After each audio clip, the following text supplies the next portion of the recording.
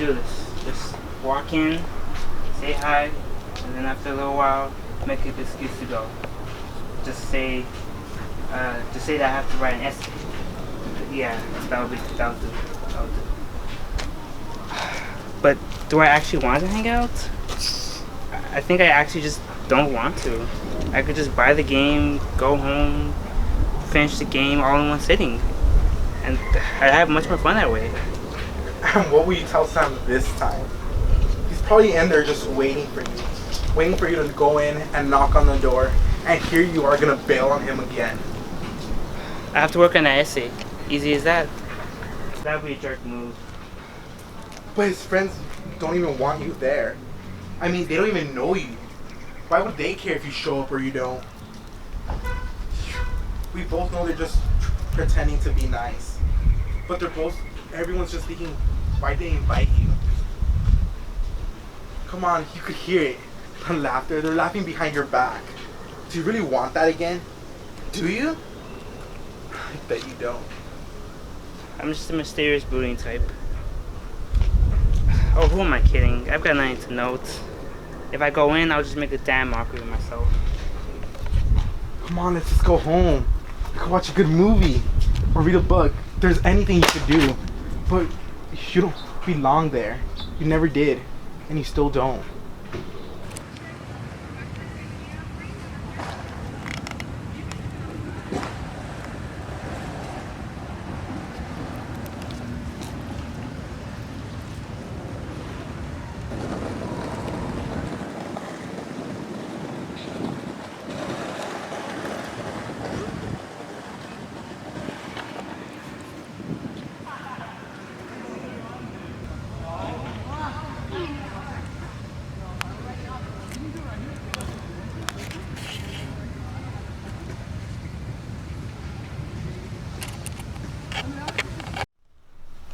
You got caught. Dude, how? You were supposed to be careful. Crap. Now I feel bad. I guess I just have to go in now. I guess I'm stuck with you. Let's go.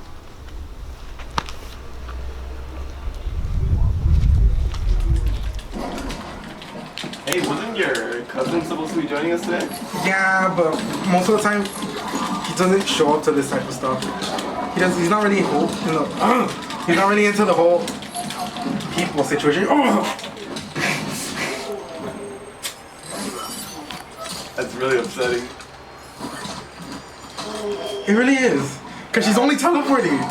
Well, what do you expect? You're just spamming frozen projectiles. Well, what do you expect? Because she's only teleporting. Oh, sorry. Just hit him once. Don't even touch me like that. Yeah. That's not cool. That's not cool when you only spam teleport.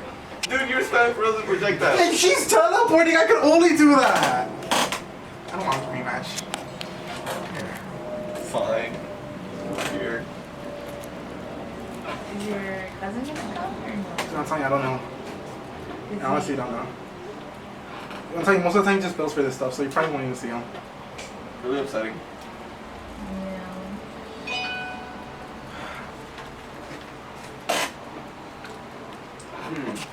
What am I gonna play? Ah, yes. Where is she?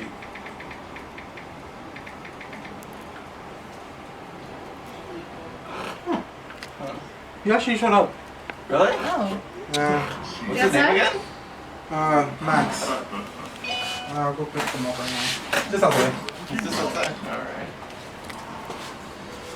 Take over your seat for a bit.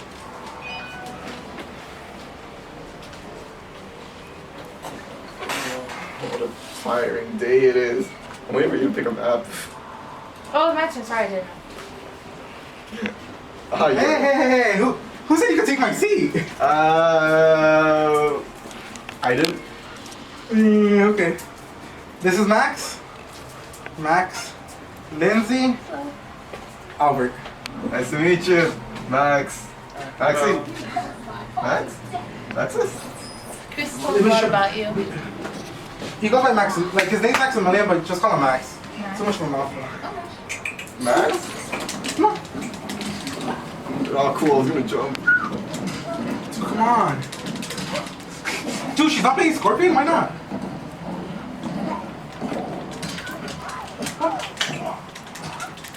Hey, hey. Come on. Come on. That's so cool, man.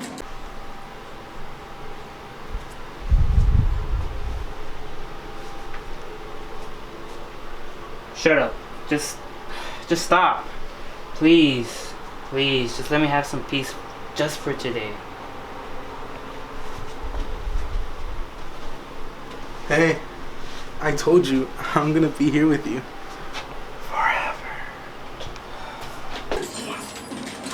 I forgot how to vlog for a second. Dude, you can sit down. Oh. Like, What happened? what, you want to get invited?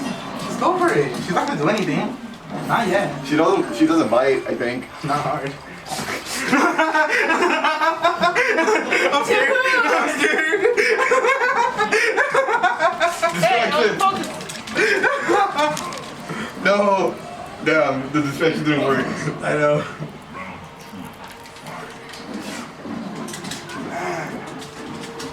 Sweet blow, sweet blow, sweet blow. Dude, you're not just gonna do that.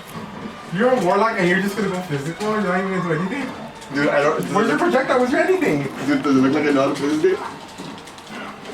Sorry. Why are Oh, you God. swinging your arms like if you're a dancer? She is. No way.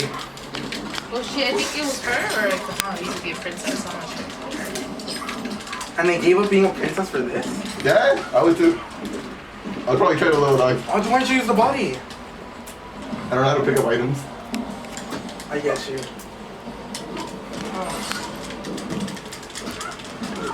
Here we go again. Here, this is what I'm telling you. This is what I'm telling you. One trick pony. One trick pony. Does it look like I know how to play? You could try. It's not like you can look at the moveset. Well, I can. But do I really have to? Never forget, you're the outcast, Maxie.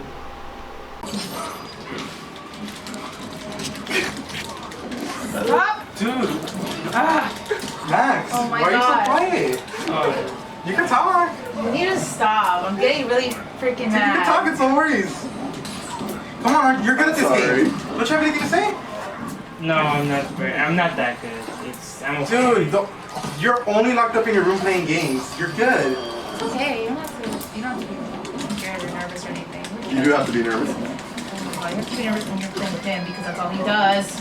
Yeah, right. No, he only Hey, man. saying it, and it's not even a special hit. It's just crouching and hitting you.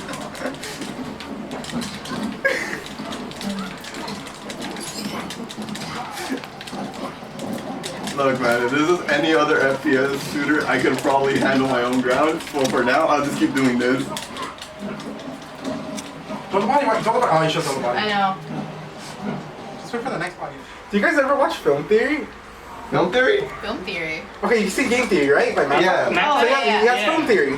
And you know what? Okay, he made a Spider-Man one, and I really hated it. Because he was Why? talking about like which Spider-Man's the strongest, which one's the best, and stuff like that. And then he's like, okay, he put Andrew Garfield at like the lowest. Well, yeah, rightfully so. Yeah, that's okay. That's okay. I'm okay with that. But then he tied Tobey Maguire and Tom Holland. But here's my thing. The movies he used all the Spider-Man movies, but he did not use Far From Home. So he based the Spidey senses off the previous movie, but not Far From Home where he actually develops it. So that pissed me off. And then at the end of the movie, he's like, wait, but there's one movie that we didn't take into account. I'm like, okay, Far From Home. That's gonna make Tom Holland beat Tobey Maguire. No, he brings fucking Spider-Man into the Spideyverse. Says Miles is better because he beats his old weak. You remember the lazy Spider-Man? Yeah. Peter Parker. He's like, okay, technically that's Tobey Maguire. That because of the comparisons they make. So he's like, Miles is better than Tobey because of that one scene where he pushes him off and he sends him away. That pissed me off. Just because of the ability? Yeah, that pissed me off because like first of all, Spider-Man's Spidey sense doesn't work if he doesn't consider you a threat. Yeah. And he doesn't consider Miles a threat. He sees him like a mentoree, right? Like, Yeah. a mentor. Yeah, he's like someone he's training, a pupil. So of course he's not gonna see him as a threat. And first of all, that Spider-Man was retired, out of shape. Yeah. You already lost everything. Yeah. So of course the Miles was gonna get him. And I hated that fucking BS. That's why film theory is trash. That's why I Oh my subscribed a lot of time ago. Dude, yeah, I hated it. I was telling my brothers like, no, I hate it. Like I gave up on on map pats. I give up on map pat series. I give up on death battles. I really disagree with them. I give up. I give Depending up on some of the videos that he makes, yeah, I highly disagree on him. Yeah. Don't even get me started. They made a death battle. They made a bad one where they were explaining why Green Lantern could beat Benson. I really hated it. Dude, Benson could beat Green Lantern any day. Yeah, I was like, what the hell? You guys want water? Yeah, I'm good. I actually want some Yeah, water. actually, yeah. Yo, how do you use super again? I think you press L2 and R2 at the same time Yeah. when your meter's full. Okay, cool. Just making sure. Hey Leslie, have you noticed that Sigma's coming out in probably about a week or two? I know, I didn't know. Was there, Yeah, I think Jeff Kaplan already announced it, that he's already going to say it, that it's already going to be for this week. this week? Yeah, Oh. so hopefully. Well, it's crazy because I follow them on Twitter and they haven't posted like the update or anything. But dude, are you excited? I'm kind of over the new heroes now. How come? Because it's like, I don't know, it's just not that exciting anymore. Why, you're not... I want more lore, more stories. You want more story I want rather more than... campaign. It's You want a campaign? yes. It's Honestly, like, I would rather prefer campaign. quit playing competitive all the time, every day makes it just boring. Yeah, I get you. What about you? Do you play Overwatch, Max? No, what is it? How would you explain it? It's an FPS shooter, but it's also... I guess if you play League of Legends, but it's a shooter. Oh. Hopefully, I think that's... I don't want to... I know that's going to hurt a lot of people if I say it to anybody else that actually plays League of Legends. But that's the closest thing I could probably explain it towards too. It's the same company, so it's kind of close. And man, same company over. But yeah.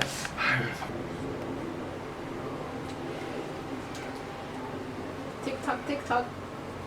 It's getting awkward. You should say something quick. But what?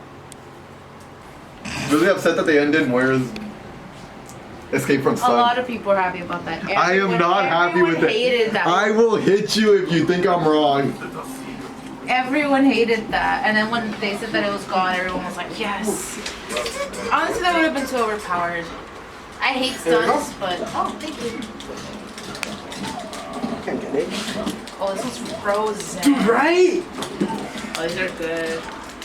That's one way to get it. Well, not for me, jerk. What are we talking about? Stop fucking moving the duck. Why? I want to play with it.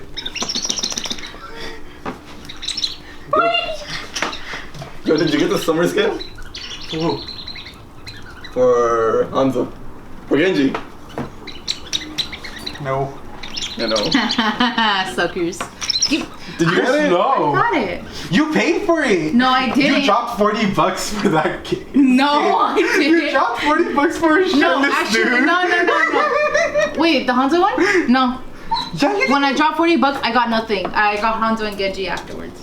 That's still dropping $40 for it. But I didn't drop $40 It doesn't, for it doesn't those. matter if you get it in those $40.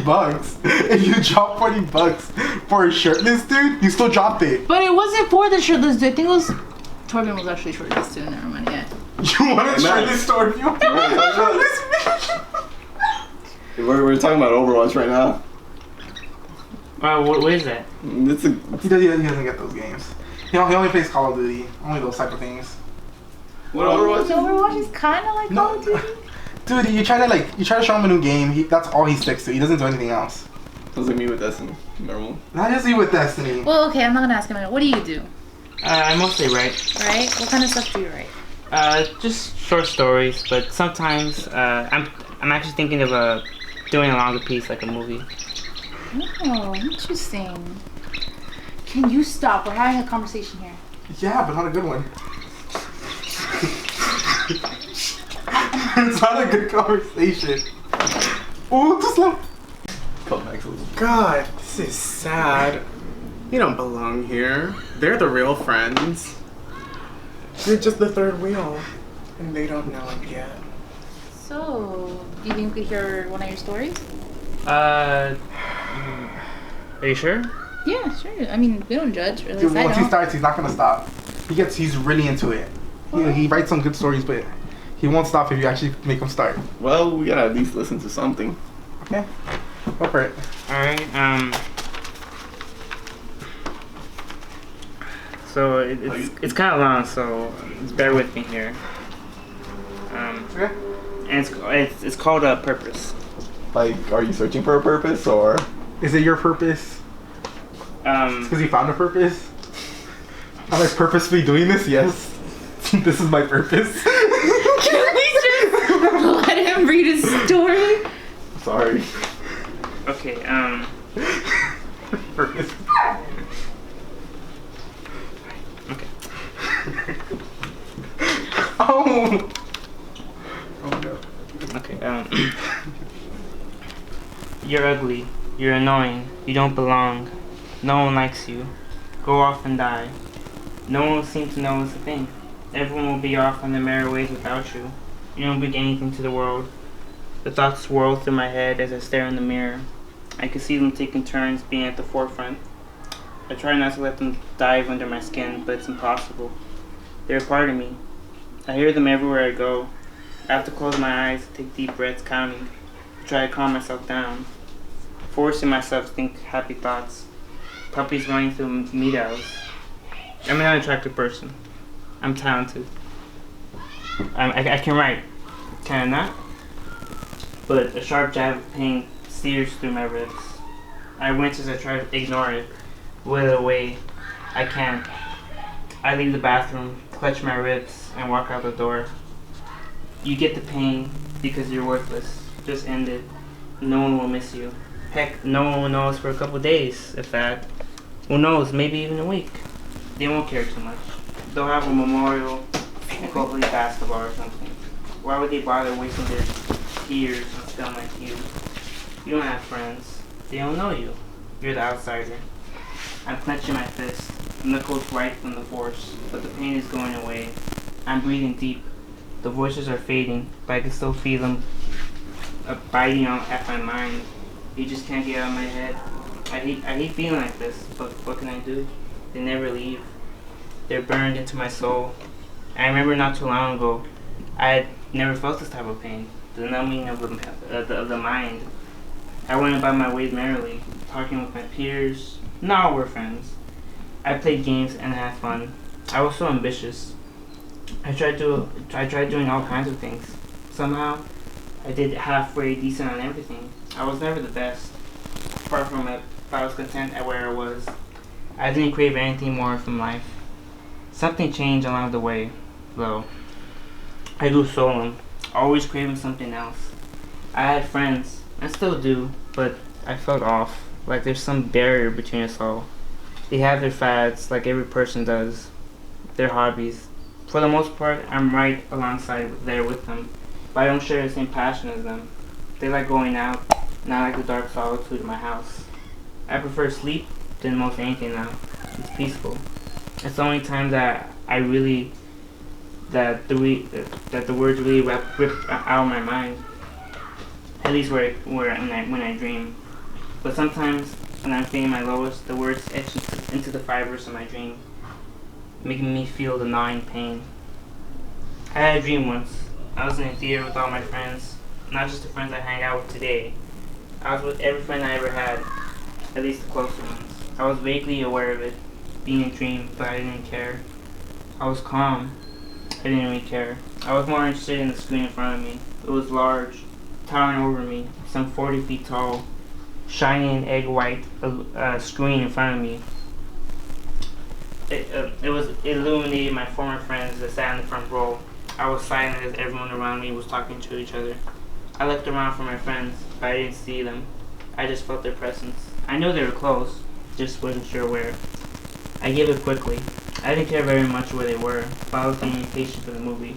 It tended to be better in dreams than real life. The girl next to me started leaning towards me, blocking me, staring dead ahead, trying to look around the person in front. I squirmed in my seat, trying to see, but she just turned and smiled and said, "Don't worry, I don't mind." Like she was the one that should have minded, but I stayed silent, uncaring. I just wanted her out of my way. She was blocking the screen. I knew it was about to start, but it didn't, and it was the end. The screen was a piercing white, and the theater was emptying out. All my friends were gone except for me, and one person, and she was hugging me. For a second, I didn't want to say anything. Didn't want to wake her up. For a second, I felt more at peace than I ever did. For a second, I felt like I belonged, right there. For a second, all of my desires were gone. For a second, I was calm.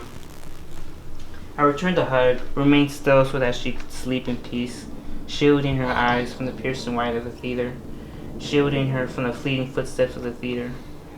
When she started up, she stared at me with these beautiful hazel eyes that pierced my very essence.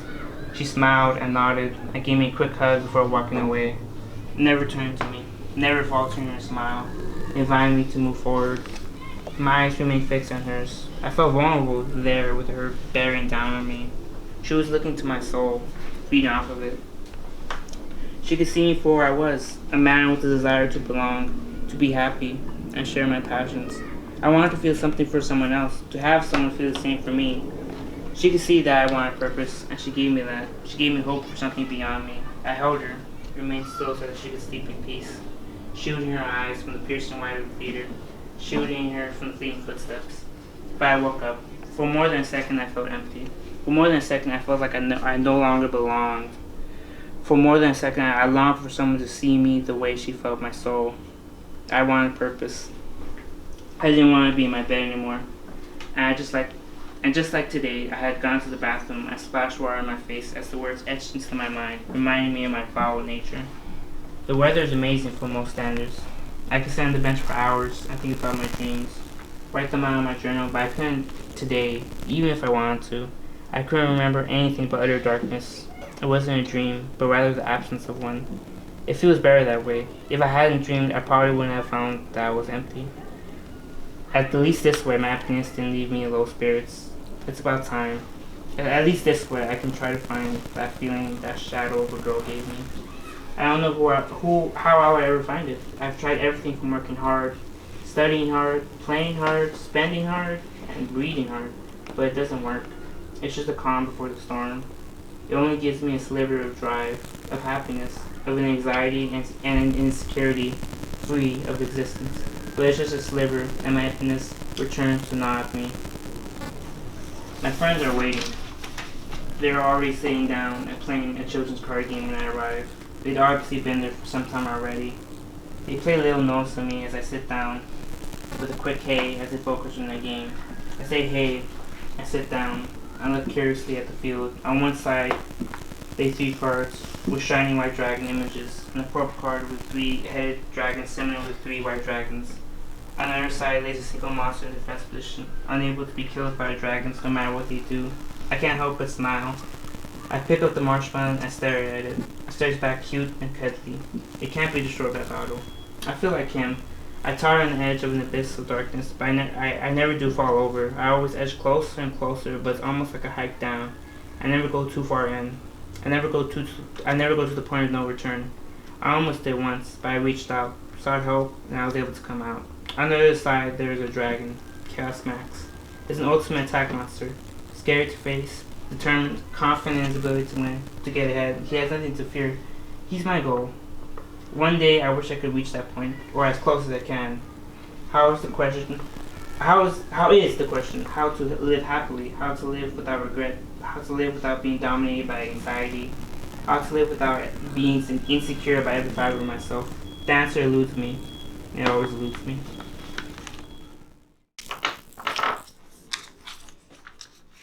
So what do you guys think? That was very interesting. Very But I have a question. opening. Upsetting. Is this really how you feel? It is. Since when? Since I don't remember. It's been such a long time. I felt it was such a long time. I don't understand though, because we've always talked, but you just never say it. Well, yeah. I mean, I prefer to keep that type of stuff to myself. Why? It's personal. Do you But why feel now? Well, I mean, I guess I figure it's about time now. I didn't want to be isolated for the rest of my life. Have you felt like maybe you write these stories because you think no one will understand? Well, I know people can understand them, but I write them just to, to clear my head. Just it's kind of like an urge, it's just like an urge to Release yourself. Relieve Well- some stress. relieve my emotions. I don't want to bother them. I don't think you understood when I said, but why now? What do you mean? Like, But like, why now? Not just like, I know you don't want to feel that anymore, but just why now? Like, in front of that. I figured, why not? Like, they're friends. They're our friends. So they're friends? Yeah. I don't. I'm joking. Joking. It's so mean. You're so mean. To who? To him. No, I said I don't consider you friends. No, but he's No, trying to no, open nice up, to and you're see just you. like, What why about you? now? In front of them. Friends can do You that know to each what? other. If you consider us friends, we can do that. You sounded so upset when he said that. No. Why are you upset- smacking? I'm upset Both that of you. Hey, can you stop? I'm trying to talk. I'm upset. Get this out of the way. I'm upset that I hang out with you so much, but you never told me. Because you know I'm always there for you. I know, but I said not right now. Wait, hold on, man. Dude, we're trying to talk. This is a real conversation. That's what I'm saying. I'm always here for you. I know, but some things I rather just keep to myself. And Like, just be open. I get that. Why would you say whack to dark? I get that. Possibly suicidal Why thoughts. are you saying whack to him? He has to open up. Why are you saying whack? Just He has to open up. He says that he doesn't. He wants look, to keep you it got the bottled up. idiot here for you. You have your idiot. It's okay. He's your idiot. She's your, and I'm always here for you. Sometimes I make jokes about you, but that's okay. It's because I expect you to make them back. You don't. I don't know why. But I'm always here. you're right. I guess I just didn't want to see it that way. Sometimes, like you want to wallow in your own misery. You know that feeling? I don't get that. We always invite you. I always invite you when since we're in elementary school, middle school, high school. We always wanted to be with you.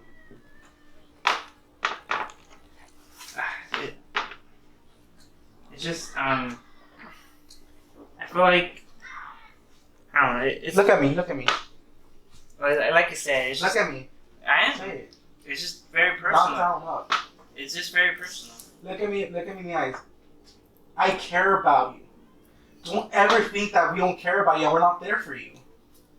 You call me in an instant, I'll show up. Don't doubt that.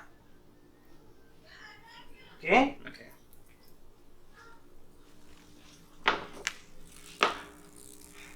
This is how we play Uno. You've been trying all that time. Why can't you just quit it? No. Here, we'll play Uno if he wants to play Uno. Okay. Sure. I don't know. Why do you do this to me? There's some sacrifices have to be made. Blue? Yeah. How do we really? You sure don't mean red? I think you mean red. Haha. Are you having fun? You're a sucker, you helped me. Of course you're not. You're just pretending to because that's all you Hey want Max, you wanna make to it do. blue? I mean red. Fake it till you make it. Make it red, come on. And then you'll be happy and you'll be able to talk to people. Dude, thank you! Red. Why can't you? You want to say something, don't you? No? Thank you! Red. Well, then let me tell Hey you. Max, it's your turn. You can't get Oh, no. all high and mighty when I'm Oh no, you gotta get 2 cards. Leslie. I'm sorry. I was distracted. It's okay, dude. No. We all get distracted. Woo! Sorry. Hey, who wants to make it blue? Who wants to make it yellow or green? How's your heart feel? Hey Max, you okay? Yeah, I'm fine. Just nothing. Okay. Did you get it red? No. Then keep drawing. Dude. You need to get it red. I'm full. I don't like that. Those are Yes! Reds. Uno. No. Mm-mm. He did it. I know he did, and I hate it. Ace up my sleeve, by the way. Everyone else draws 4. That's bullshit, but I'll take it. Wait, I need my 4 cards.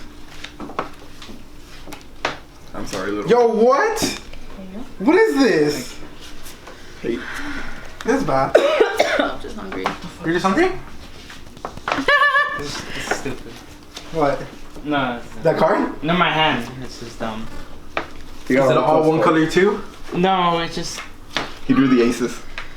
All +4s. It's your turn, right? Oh, it is.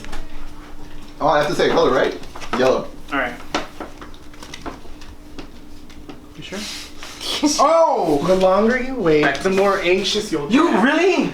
The more I gain power and the more your heart will beat. Come on. Beat hard Come and on. fast. Come on. And sometimes it'll hurt. Take that. Me. And your breathing will quicken and your Take blood it! will rush to your head. I'm not supposed to, I don't want to And you'll take get it. really dizzy. Your turn, Max. Come on. Alright. Come on, Max. Get your head in the game. Get Get your head in the game. Get your head in the game. Sometimes you won't be able to see properly. It'll all be blobs of color, blurred lines. And your head will hurt. Your head will hurt and soon Max, your everything. You'll want to go back to just sleep, eat, watch, repeat. Wait, did you get a green? It does ease a little that way. You have to keep eating. If you don't do anything, maybe you'll worry. No wonder you got to no. Take a green. God, I'm fast. Wait, who are you getting?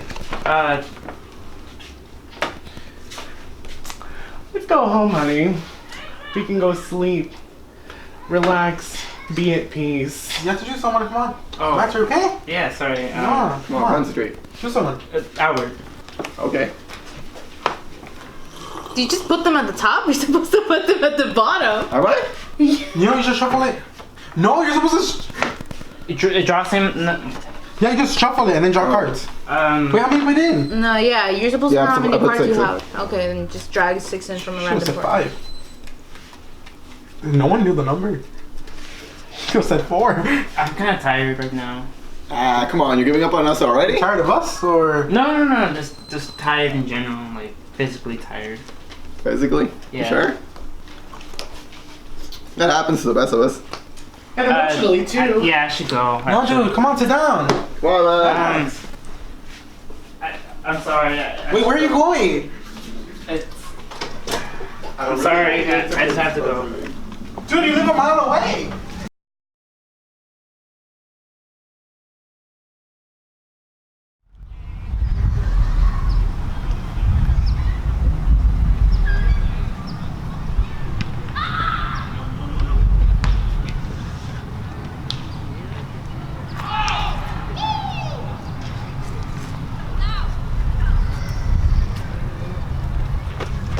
Yo, what are we reading?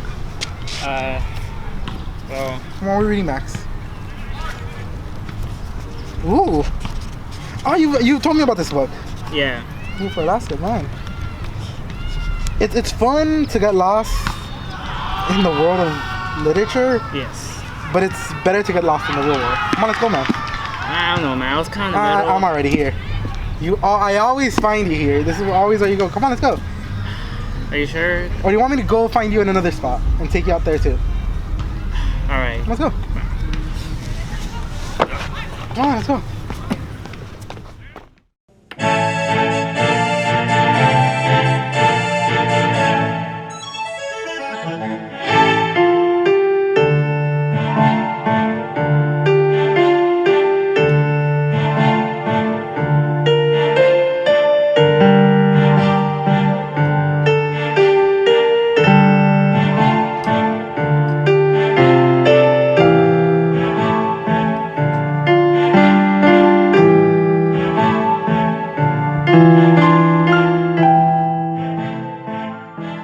Look at that. He exercised and now I can't be with him.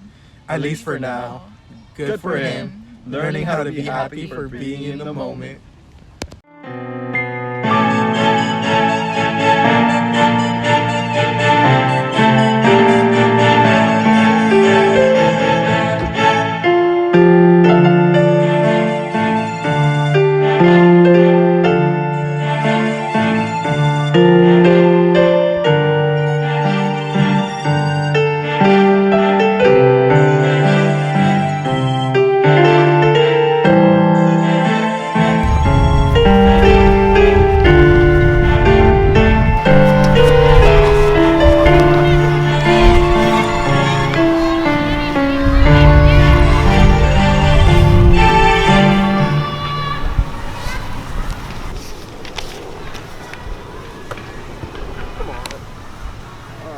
What you doing?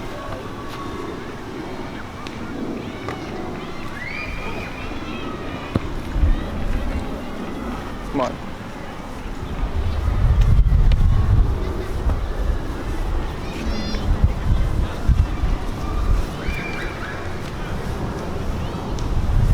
I completely forgot what's going on. What you doing? I don't think he heard you. Oh, sorry. I'm writing a story. About what? Well, it's kind of a personal story. Sorry. Like, if I grew up with it, it would have been amazing. But I can't invest myself for bad graphics in today's age. Fair But it's enough. amazing. Fair enough. But it's amazing. For its time, the graphics were For, actually that's what I'm pretty saying. good. For its time, it was probably the best movie out there. And I know it is. You can probably gonna watch it. But then I'm like, hey, Lindsay, invite me to the movie marathon. But you haven't done it yet. Because you don't want to watch it. I just told you, invite me to a movie You'll marathon. just fall asleep 10 minutes into it. Then those be the best 10 minutes I've had. Let me watch it. Hey guys, so I'm thinking I want to share my story. Is it, you know, Is it what? how well written is it? Yeah. Why you gotta ask No, that? no, Just no, let no. him tell a story. No. It's Why do you always do this? No, it's just Everybody, like as he had time to write about it, you know? Not Why do you like do this? not like a panic writing. Why do you always... Just go. Come on, just go for it, man. It's okay. Alright, just I mean, I want to talk about it in private first. See if it's good. Fine. You guys leave. You guys leave. You guys leave. I don't want to be sitting here. Fine then. I swear every fucking time, dude. I'll just sit down, man. Alright. I swear. So, Now we can let them go. it's the story I told you about, Lumen. Remember? I know Lumen. So you read it, right? Yes, I read it. Do you think it's good enough? Do you think it's good enough? I don't know. That's why I'm asking you. What? No. When I say that, is it, do you think it's good enough? Is when you wrote it, where does it come from? My heart, my true. Then that means it's good enough. Because if it comes from art, it's actually good. I've seen how much you've changed after a while. Like, first of all, where are your bracelets, dude? Where's your bracelet? I took them off. You've never taken your bracelets off. You've had them ever since I've known you. Really? I swore I took them off. Yeah. No, you haven't. You've only taken them off if someone forced you to take them off. This is the first time you're actually not wearing anything. I see that. I know sometimes they come off as headstrong, a bit stupid, but that's what friends are. They're there for you. They don't say the best things at the best times, but they know what to say stuff at the best time. And I know they're good for you. Alright. Just remember that if it makes you feel good, don't let anyone question it, because that means it is good for you. Okay? Alright. I know you don't. It might feel weird for you to do the whole non-bracelets anymore. I don't do this personally, but someone gave me this a while ago. But they told me, like, whenever if you're feeling down or if you're ever out of it, just put a bit of drops on it for you. You get me? Kind of calm you. Okay. Yeah, you get me? I'm it's just meant to reassure you. Okay. But I don't think you're gonna need it. There's no reason for you to need it. It's different now. Alright. Well, I keep it, I guess, as good luck charm, I guess. Just keep it as a good luck charm. Hey, thing 1 and thing 2. Hey, boy. Come over here. I called you thing 1. And I'm 2? Yeah. I see where our friendship You're too lies. bad for us. Too stupid. I see where our friendship lies. Yeah. So, as I was saying before, my story is called Lumen, and I was gonna give a brief summary. I don't want to drag. Go for it, man. It's about a king. The kingdom of Lumen had always been a stable land. Only once has the kingdom ever suffered famine and an epidemic, but that was long in the past. Not a soul had experienced it anymore, and none expected to ever experience it. Slowly, the kingdom became self-sufficient. They needed no trade, and so the outside world was completely cut off. They were their own little worlds. The new king was crowned, and all his subjects came and cheered. It was a once-in-a-lifetime experience, and they wanted to be a part of it. The king was happy and waved to the people. After his acceptance speech, he walked out of the castle in his magnificent robes of gold and glamour and talked to all of his subjects, shaking their hands with honor. Not a single subject did not get a handshake, hug, or kiss on the hand. He humbled himself. Everyone was happy and celebrations continued with the king paying for all festivities. He even had his guards stop working and celebrate, for there was no need for guards and the king knew it well. But when the festivities were over, the king went back to his castle and prepared to begin his rule, and the subjects went about their regular duties, planting and caring for their crops. They all murmured about the new king, praising, saying they were in for a plentiful life. The king ruled with a gentle fist, ensuring justice was present and everyone was equal. Those breaking the rules were punished justly and fairly, but the subjects sometimes murmured about the king being overtly kind, sometimes not acting when he should have, but he paid no mind and went about his days ensuring everyone had the essentials and some. When the harvest season came along, the king changed out of his gold and glamorous robes into commoner's robes. He walked out with his advisor's knowledge and helped his people bring in the crops. He himself harvested 20 bushels of grain in one day. One day, the king was sitting on his throne and leaning on his arm, thinking. He had finished all his daily duties and was only midday. A storm came around and began to pour millions of heavy drops of water every minute, threatening a flood. The king was locked inside and he was bored. The largest case of anyway. He had his jester come and tried to entertain him. The jester tried all his tricks and finally got the king to laugh. He kept at it and the king fell over in laughter. His smile was as white as ever and the storm dissipated into a small drizzle, not more than a few drops per minute. Jester left and all the townsfolk celebrated the ending of the rain. The king went out with them all and drank to the end of the rains. Everyone was happy, and the king was happy. They were all smiling, enjoying life, for that was all he ever wanted for them. Another year passed, and the kingdom suffered from several harsh rains, always threatening a flood. Each time, only minor damage occurred. Each time, the king had all his subjects go to his castle and wait out the storms. They kept him happy, and the floods never came. They told stories to each other, fairy tales from their childhoods, and the king remained relatively happy. But he knew he was missing something.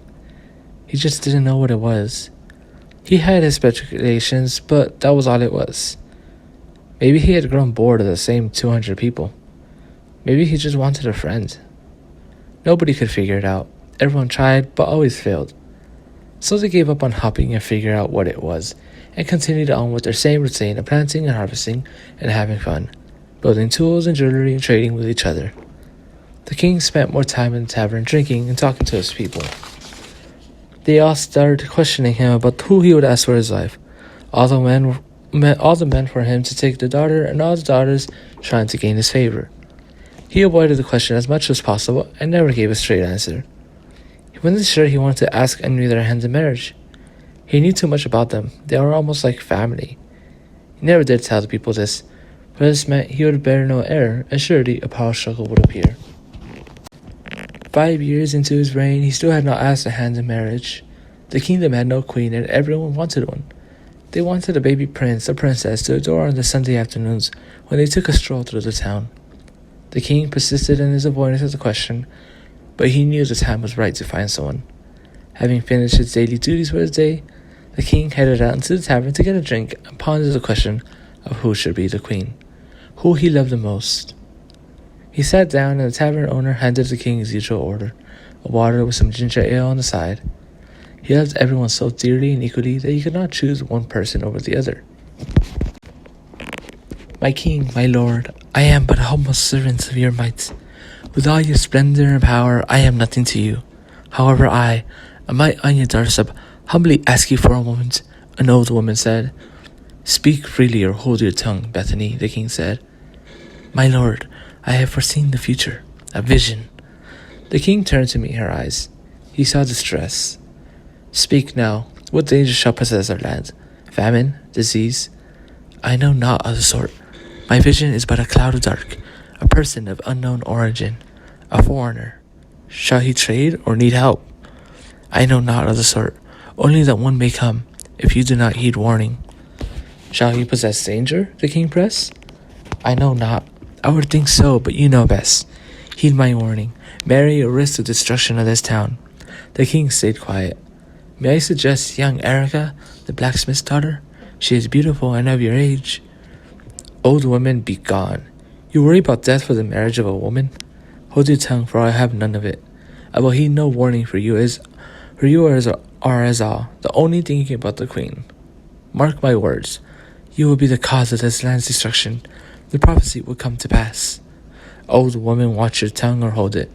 Now be gone and go take care of young Charles. Don't continue with this conversation again. When I am ready, I will ask someone to be my wife and this land's queen, but not a day before. Now go. Very well, my lord. I am but your humble servant, and will do as you say, as you know best. My apologies for I have pestered your magnificence, my lord. I said be gone, be done with your words, and leave me to my ale. Very well, your majesty, the old woman said, and so she went, leaving the king to his ale, thinking on what she said. People were beginning to be restless about the lack of a queen, and soon they would not be patient with him. The king left the tavern and headed back to his chambers. He wanted no more marriage talk. 2 months passed, and the king had still not asked for a hand in marriage. Most people saw that the king was biding his time, thinking to make the right choice, and so did not pressure him anymore. But then a little boy and his sister from a farm on the outskirts came running in from his father's farm. The king was on his way out of the castle when Henry or me came running towards him. The guards blocked, but the king pushed through and bent to be at eye level with the children. Speak, ye lags, what is the trouble? Papa said to tell you there's a carriage coming this way. He saw it up from the top of the hill when he was getting water from the well, Henry said quickly. And he says it's on the main road to enter the village, Maria added. Go, you two, and tell everyone else. We must welcome these unwary travelers and help them find their path. The two children ran off and began telling everyone. Soon, the entire town was standing at the town entry behind the king and all his guards. Everyone waited eagerly as the carriages neared. It was a dark, midnight black carriage pulled by beautiful black stallions. There was no driver on top of the carriage, and all the windows were blocked. The door started to open and everyone held their breath. It was the first foreigner they were going to see. They were all waiting to see how the king would welcome the stranger. The door opened, and a man in a long black cloak walked off holding a staff matching his massive height. He looked at all the people quickly before meeting the king's eyes. He looked him up and down before moving forward. As the guards took a step forward, blocking the king with their long lances, so the stranger smiled and stopped moving. The king lifted his hands, and all the guards lowered their weapons. He moved forward and extended his arm to the stranger.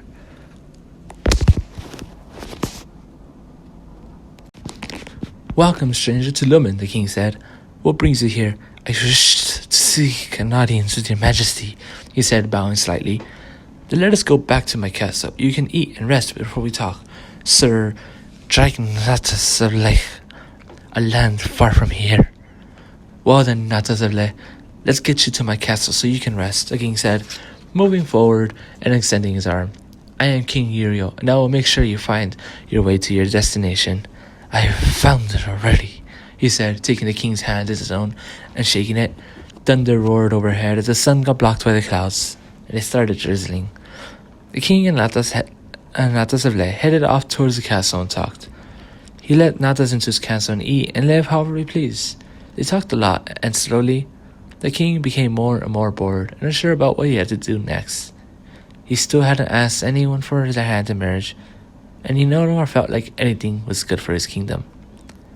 The rains came early and began to drop pounds of water. All the people began running, trying to get rid of the water in the fields, but it wasn't working. Too much water poured, and within a matter of a few short hours, all but 3 plots were flooded. The king took no notice.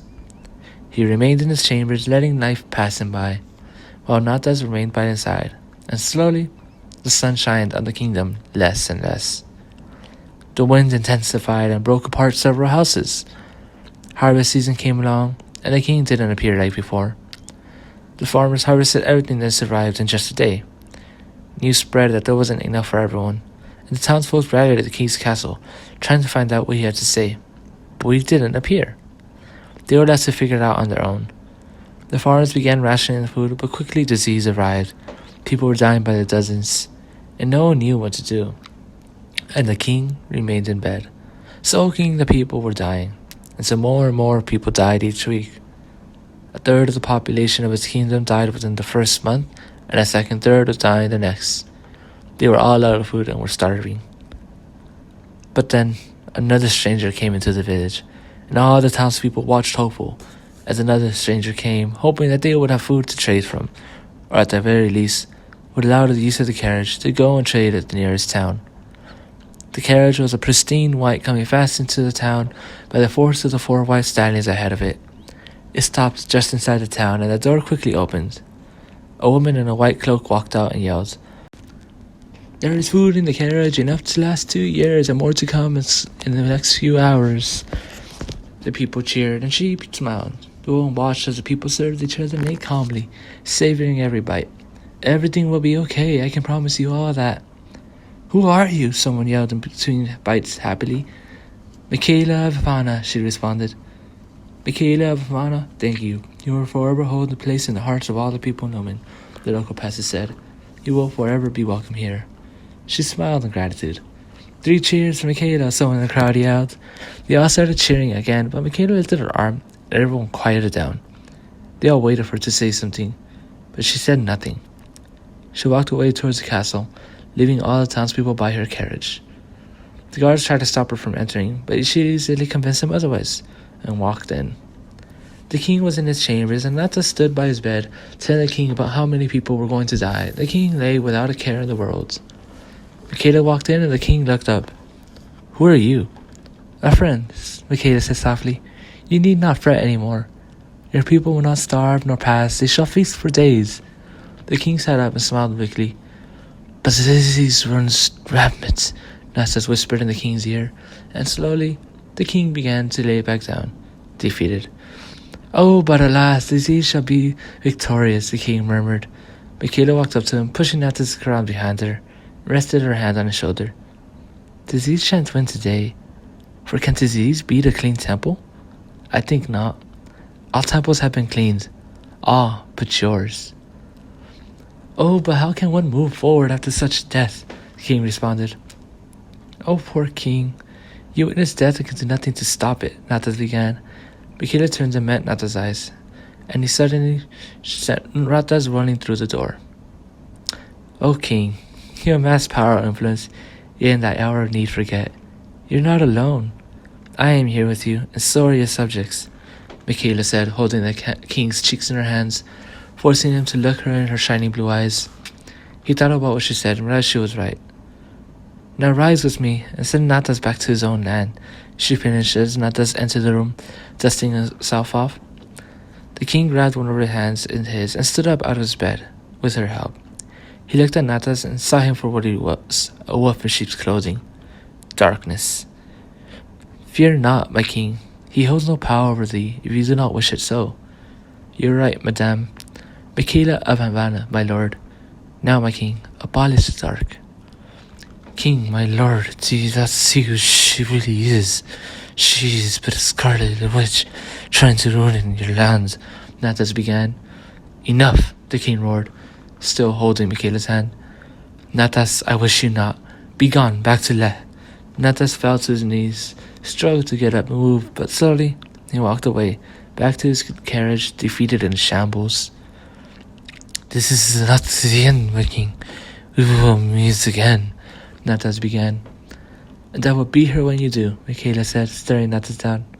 The king saw him out of his kingdom from the top of his castle, and all the people cheered as the black carriage disappeared into the sunset. "Michaela of Havana, you have saved my life, my people, and myself," the king said, smiling. "You are more than just a traveler, are you not?" Michaela smiled and nodded. "I am what you wish me to be, my lord. Shall I prepare my carriage?" "Yeah, I left gratitude in the hearts of my people and myself. You are the only one worthy of this land. Will you be this land's queen?" "My heart fluttered at your wish, and I am humbled. I will be honored, my king," she said, bowing to the king. "No, it is I who should bow, my queen." And so, for the next week, Michaela and the king married and feasted with the people. The old woman bowed to the king, but made no mention of the prophecy. All saw Michaela as a just and fair queen, worthy of the title. The kingdom became prosperous once again, and as the king's family expanded, so did the village. Soon, the kingdom was a metropolis full of love for one another and friendship. Michaela's light filled the king, but nay did he forget Natas. Never would Natas be missed. Natas would always remain, trying to slither his way back into King Uriel's life, always combating the light of Michaela of Havana. So, what do you guys think? Interesting. Very interesting, actually. Can I say something? It kind of reminds me of Lord of the Rings. It's pretty cool. I really love Lord of the Rings. I'm sorry. What's your problem? Nothing. I can't mention Lord of the Rings. You can mention whatever you love, honey. I'm gonna get killed. Okay. I'm gonna die. Hey, who's your Michaela? I'm not sure actually. I mean, I guess it's been a wild ride, huh? Dude, I can't. I'm so happy for you. I know it's been hard for you, and I know we've made you uncomfortable. There's times where, well, at least talking from my experience, I'm pretty sure there's times where you just felt out of place. Yeah. But I'm happy that you actually stuck with us. That you know we're here for you. That's all that matters. Yeah. What? Nothing. Relax. Don't cry on me. I'm not. Don't cry on me. That's why you're wearing the glasses. Dude, are you sniffling? I'm sick. Are you sniffling? You're sick of these emotions. Okay, you Here, can't. let's hope you really don't cry. Give me your hand. It's that one, yeah. Do it. Get over here. 'Cause I'm not moving. I swear. I don't know why you got the gray one. I really don't. I really don't. Okay. Because you know we all wear this one. Alright. Nah, here you go.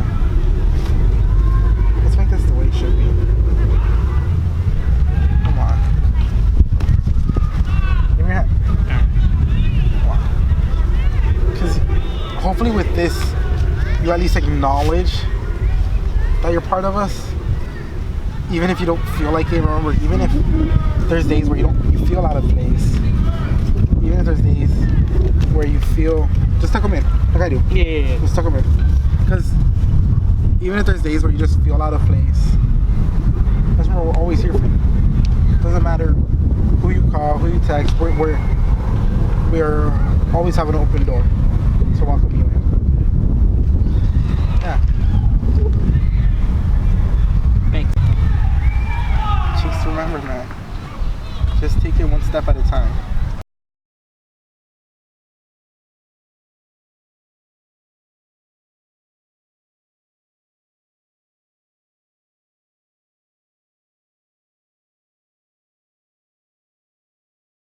I spent so many years alone, unhappy, craving something more, too scared to go out and meet people.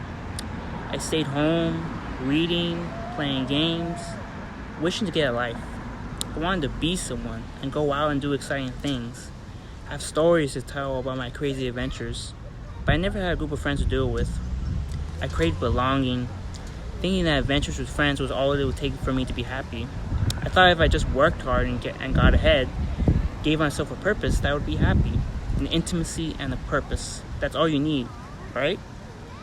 And then your life will begin. and you'll be content with life. You'll have your Michaela. But no, you don't need those things. They're petty desires. And so long as you attempt to change yourself to find it, you'll never attain your happiness. It will remain elusive, and you'll spiral down into an abysmal pit of negativity. You will drown in your sorrows. But if you're lucky, and you cling to life on the edge, then one day, you will have a light that comes to you, and it will pull you out. You have scars on your soul, but they're worth it for what comes next. The pit of darkness can close, and you'll walk right over it with your Samuel, your Lindsay, your Albert, and you'll be more content than ever. I fell into the deep end once, but I was pulled out by a friend, the one who saw me better than I saw myself sometimes, who knew me more than me, but I was too far gone. Even his kindness could only pull me out so far. I camped out on the shore of darkness, trying to claw my way farther and farther away, unable to attain a light that was just over the edge, past the shore, and then they came into my life, and now I feel the light filling the pit and closing it. I bear the scar on my chest, always remembering that time, but more content than ever before. I found my Michaela, a set of bonds that leave me content without doing anything. I don't need adventure. I don't need to go out and explore the world. All I need is them. We can sit around a table and talk for hours about the stupidest things, and I'll still be happy. We can play video games online till midnight, and I'll be happy. There's just so much I could feel with them without us having to do anything at all. For the first time, I don't really crave more. I'm happy with the bonds we have created together. I never want to change them. They don't know this is how I feel, or maybe they do. And I'm glad either way. They are my Michaela. The people who guide me forward and keep me happy even when the scar begins to open up once again. With them, I'll totter on the shores, but I won't fall. I'll stand steady and look out, because I have people who I do anything for. Some of the few people in my life that I know how I feel without a doubt. For people being who they are, always fun, always real, always willing to call others out. I love them.